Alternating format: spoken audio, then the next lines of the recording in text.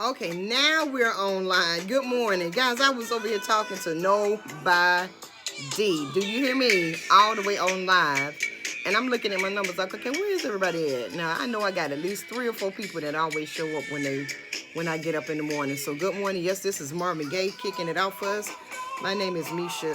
My name is Misha Lee, and I am your host this morning. Thank you so much for joining me. I truly appreciate you coming in this morning and being patient with me, guys. Listen, if you are looking for a part-time job to help me with this technology, inbox me because your girl needs it, auntie. She needs it, she needs it, she needs it. So good morning, good morning, good morning. Are you listening to the right friends? My name is Almisha Riding-Hauer, and I am the owner of Akachi Beauty Salons right here in beautiful Albemarle, North Carolina. Well, I'm not in Albemarle right now, but I'm also the creative director of Akachi Advanced Learning Academy. We teach beauty pros what they didn't learn in beauty school. Our main focus is advanced beauty techniques, beauty business financing, and beauty business retirement planning. So welcome, welcome, welcome. Thank you so much for joining me this morning, being patient with me. Yes, I have a really, really delayed start, but you know what? I am here and I'm good to go. Good morning, YouTube. Good morning, Instagram. So listen, are you listening to the right friends? I have two things I want to tell you, and I want to share with you that a lesson that I had to learn. I had to learn the difference between wise counsel and naysayers. I believe that oftentimes I spent a lot of my life listening to naysayers that I thought was my friends and that were wise counsel, and that's not true. But it's some things that you can look for when it comes to having the right people around you. You got to look to your left and to your right. You will only be as happy and as joyful and as peaceful, as inspired, as encouraged as the person to your left and to your right. If you want to see how far you're going to go, and I know that nobody wants to hear this because I didn't want to hear it, but if you want to see why you feel the way you feel, look at the person standing to your left, look at the person standing to your right, and see what their level of joy is. I'm going to tell you something. Yes, you can be in a relationship with somebody and have friendships with somebody and live with somebody that have a very, very, very, very bad attitude. They're not happy. They're always depressed. They always got an attitude. Something always wrong. And you can live, but you can live in spite of that. But you better be in that situation trying to figure your way out, because you cannot fill your head with what naysayers say, what people who don't have joy say, people who have those emotional instabilities. Y'all, I know y'all know somebody that one day you see them, they happy, one day you see them, they sad. Or you got that one person that if they didn't have bad luck, they wouldn't have luck. And I hate that. I hate that. Or you got that one person, male or female, and it always blow me away when I hear men talking like this. They always got something to complain about. They never have a never have a good outlook on life. And let me tell you something. Basic people talk about people. Average people talk about the things they got, the houses, the cars, the jobs, the money, how much I make and what I do. But people that are geniuses, people who are incredible, people who are extraordinary, they talk about ideas. That's one thing that you can look across the board and see if the person that you talk to on a regular basis, what are you guys discussing? What is the topic of your conversation? What is 80, 90% of your conversation? Is it catching up on all the gossip and what's been going on and who's sick and who died and who alive and who got robbed and who got cheated on? Is that all y'all talking about? That's all that's the level that's the level of joy that you're going to have. And I'm going to tell you something. It's very, very important for you to have your joy in check and make sure you understand what the foundation of your joy is, because as you move and breathe and live in this world, you will be faced with something that will attempt to snatch every piece of the joy that you got out of your life. So let's look at this really quick. The naysayer versus wise counsel. The naysayer is going to always be somebody talking about themselves. They're going to take everything personally. They always talking about themselves. They don't have nothing good to say about nobody. They always comparing themselves to everybody that they see. That's a naysayer. A person that's wise counsel, they're going to be you focused. They're going to focus their attention on you. What is it that they can do to help you be the best person that you can be? A wise counsel always know how to put themselves behind the conversation and put the person that they're conversing with first. They make sure that things that they say is spoken properly so that the people that are listening can understand. They're patient. They don't have a problem with repeating themselves. They don't have a problem letting you know what it is or the idea that they're trying to get you to understand. They have no problem going through that thing and making sure that you clearly understand that. A naysayer tends to be a person who is a very jealous person, and they might not display jealousy directly to you, but when I tell you they always got something to say about something somebody else is doing, displaying those the jealousy and the envy, those tendencies, be very, very careful with anyone that you sit with. That always look at somebody's shoes, their clothes. Girl, I heard this. Girl, I heard that. A man, you see this, man. That's a spirit of jealousy either in that person or looming around them, and you don't want that in you. You don't want that in your life. You don't want that in the situations that you're going through. But a person that is wise counsel, they're always concerned about any situation they see as compromised, and they always find themselves trying to fix things and make things better or to be helpful. They believe in positioning themselves as an asset and not a liability. A person that's a naysayer, they are always a liability. They are never an asset in a situation. They might do nice things. They might do things to get your attention. Good morning, Miss Nikki. They might do things to make you feel like they're on your side. But a naysayer, they're going to always have that spirit of jealousy and always trying to find a fault in every freaking thing. I know 4 people that my entire life that I've been doing hair, that every single time that I have ever been around these particular women, that they always find something wrong with somebody. I mean, it can be the toenail polish. And I was so glad that somebody I can get in the chair and get out. But they always find wrong in somebody, and it's crazy. That mentality, that naysayer, that jealous, that negative mentality, believe it or not, that runs in families. You typically find one person like that. You pretty much can find a couple of other people in that family that's like that. And that's true. That's facts. That's facts. So serious. So you got to make sure that when you're seeking wise counsel, that you understand that a person with wise counsel is always going to have a very concerned attitude about your situation and the situation of other people. A person that's a naysayer, they're going to always be jealous. They're going to always be standoffish. They're going to always be somebody looking and trying to find where the fault is in something. Instead of being concerned, they're going to be finding fault so that they can build themselves on top of that. A naysayer is always you can't, shoulda, and don't. Those words are staples in their vocabulary. A naysayer tell you, oh, honey, you can't do that because, oh, if I was you, you shouldn't do that because, or girl, don't do that because you know how to, don't help them. That's a naysayer.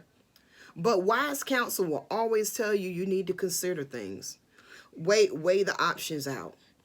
They'll tell you, make sure that the way that you going is the only way that you go, because it might be another way. They're going to always leave you in a position. Those type of friends are going to always leave you in a position to give you options, because guess what? A friend is supposed to be an asset and not a liability.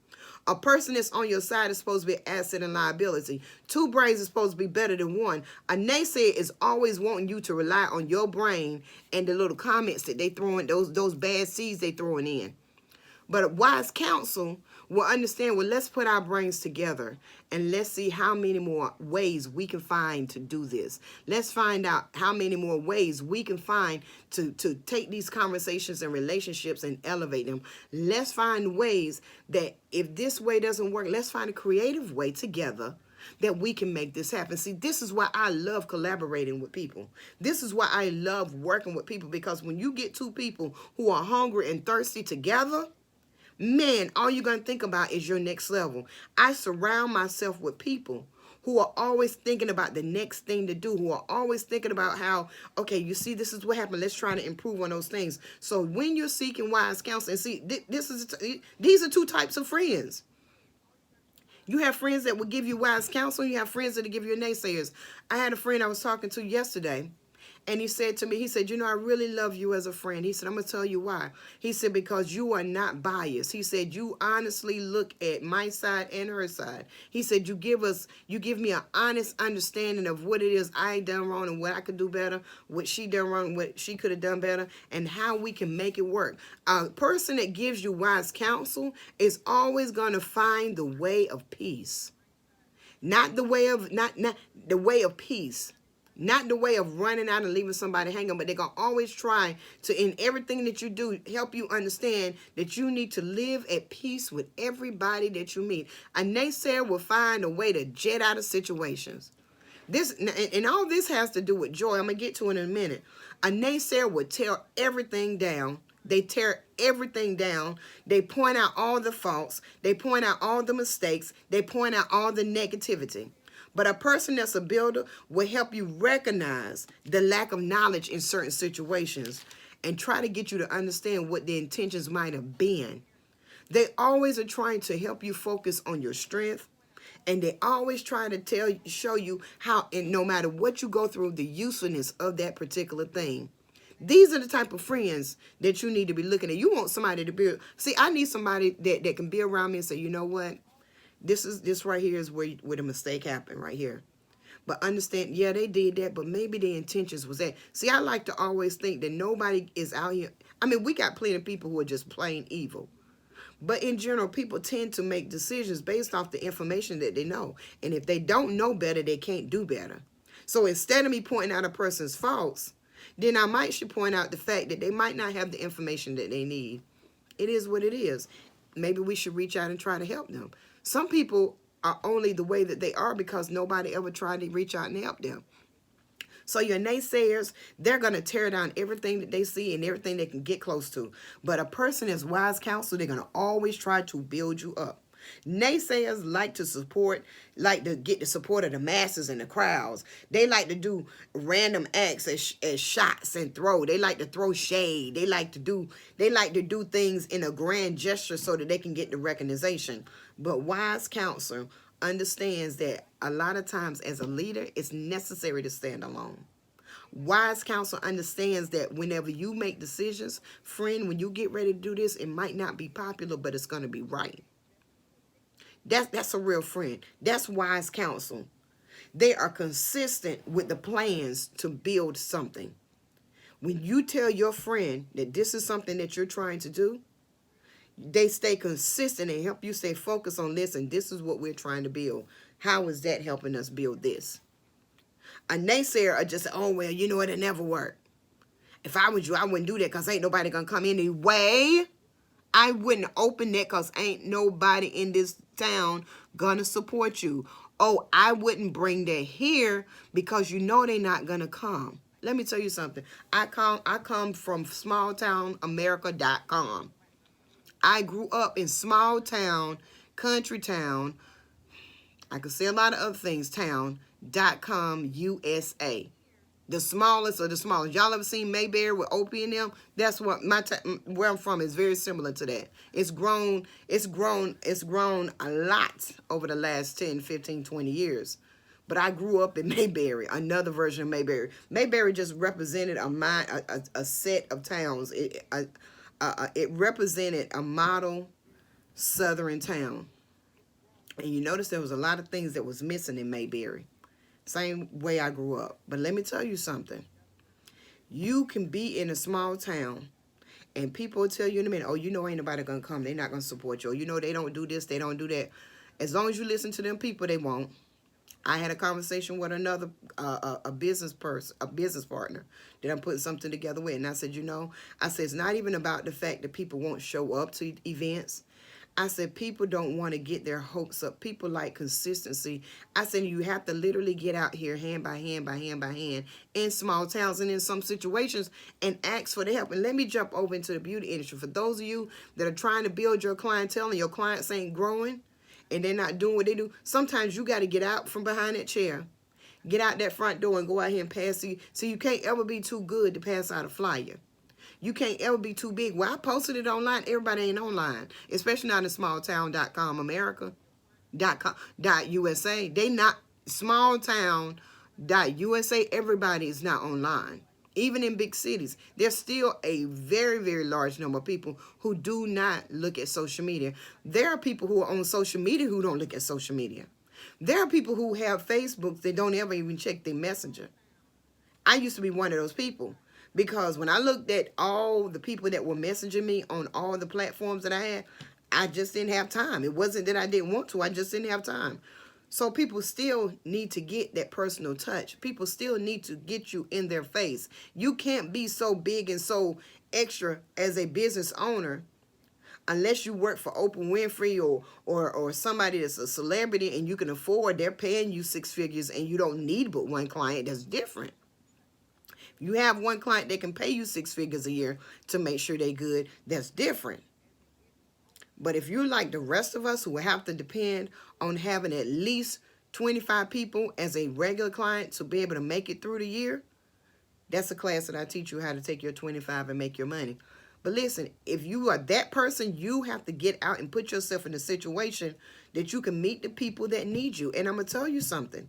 You will be surprised at the people who won't come to you because they think you just ain't taking new clients.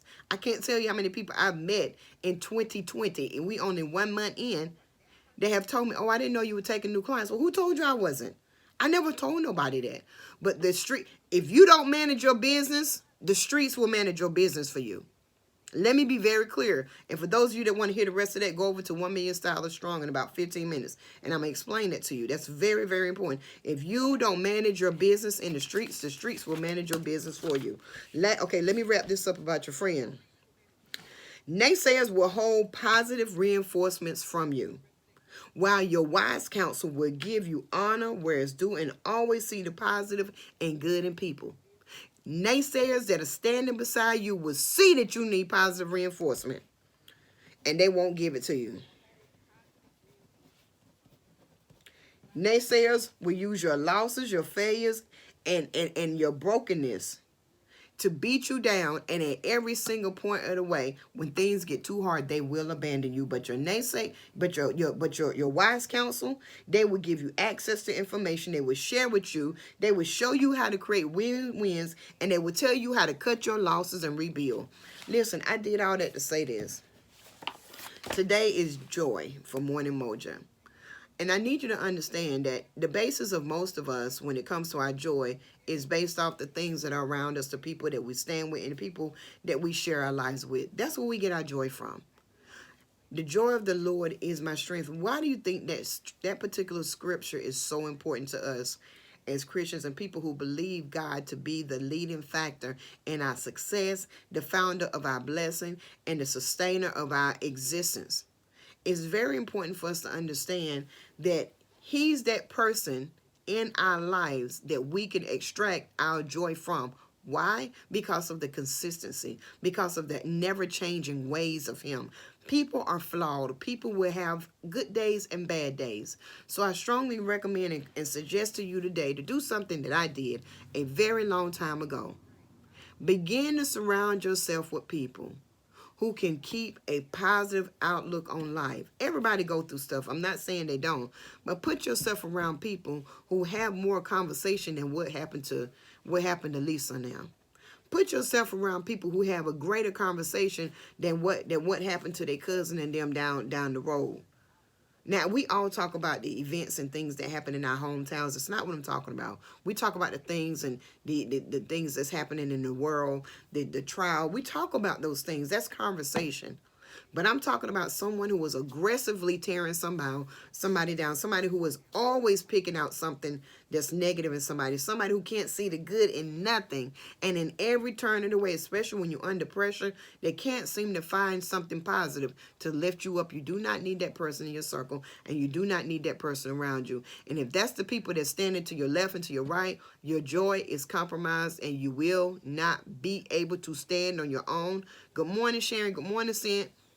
You will not be able to stand on your own feet. So to wrap it up, be sensitive to the people that you surround yourself around. Even when it comes to the women that you date, the women that you marry, the men that you marry, the people that you date. Always put yourself around somebody and connect yourself with somebody who know how to build you. This life is tough as it is. You don't have time to be around people who can't build you. And let me tell you something. I want you to strongly reconsider running in behind this joy. I tell my kids this all the time. This world is so hell-bent. Oh, I'm not happy, I'm not happy, I'm not happy. Okay, you're never going to be happy. Let me tell you something. You better get something a lot deeper than happiness, baby, to sustain you. Because happiness is fleeting. You can hit the lottery. You can hit the lottery today. I can hit the lottery today and be as happy as I want to be. But if I haven't done something with that money and put it in a solid place, then my joy is going to be compromised. And your joy is that thing that you hold on to when things ain't working out for you. That joy is that thing that you hold on to when everything done fell apart. Happiness is something that'll be here for a moment, and it's dependent on things. Your joy is dependent on you. Happiness is outward.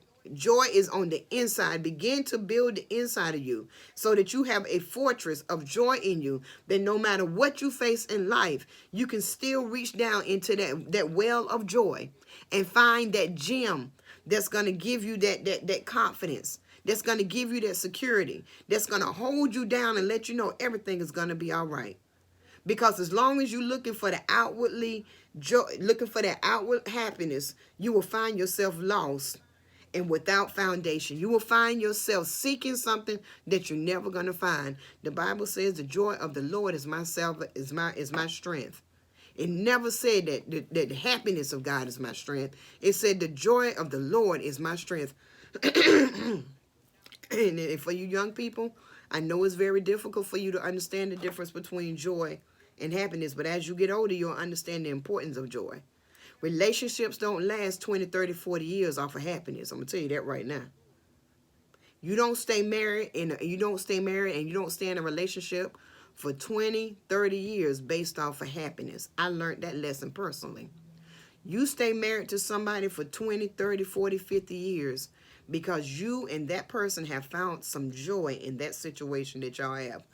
Regardless of the turmoil that you go through, regardless of the harshness, the ups and downs in the relationship, you and that person have found something that caused both of you joy in that situation between you two, and you learn to hold on to that. Find friends, find people, pick out the relatives, because sometimes it's people in your family. Find people that you can put around you, that you and that person can connect with some level of joy and keep that thing running and keep that thing going. I'm telling you what I know. Don't waste your time being around naysayers, people who are always tearing people down, people who are always withholding positive reinforcement to you. And I had a friend like that. No matter what I did, they never could find anything good about what I was doing.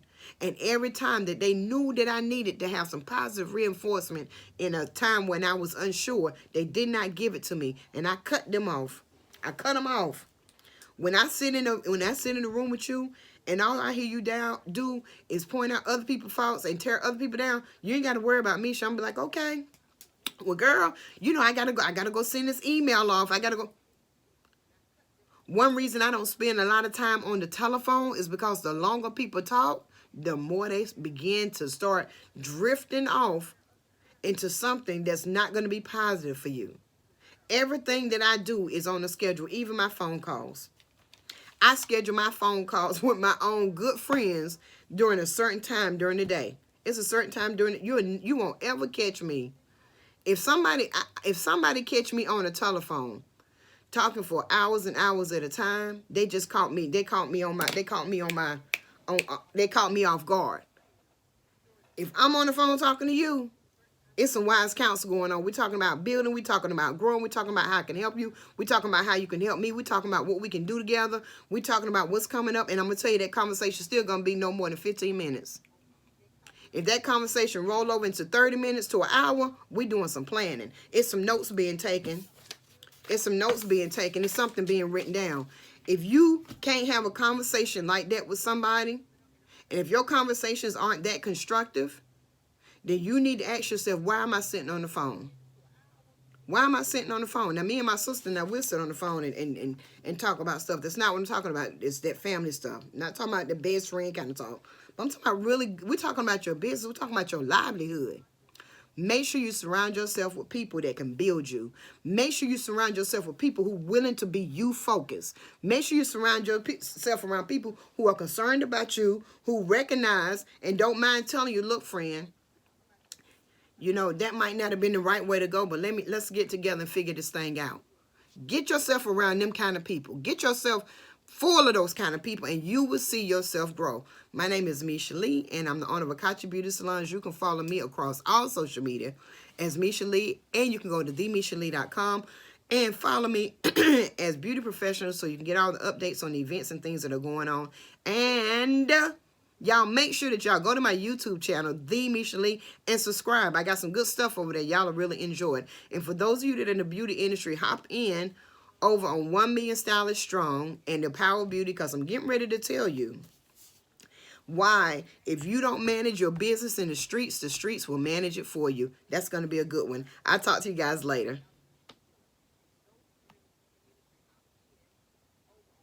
Instagram, thank you so much for joining me. YouTube, I absolutely love you. I'll see you guys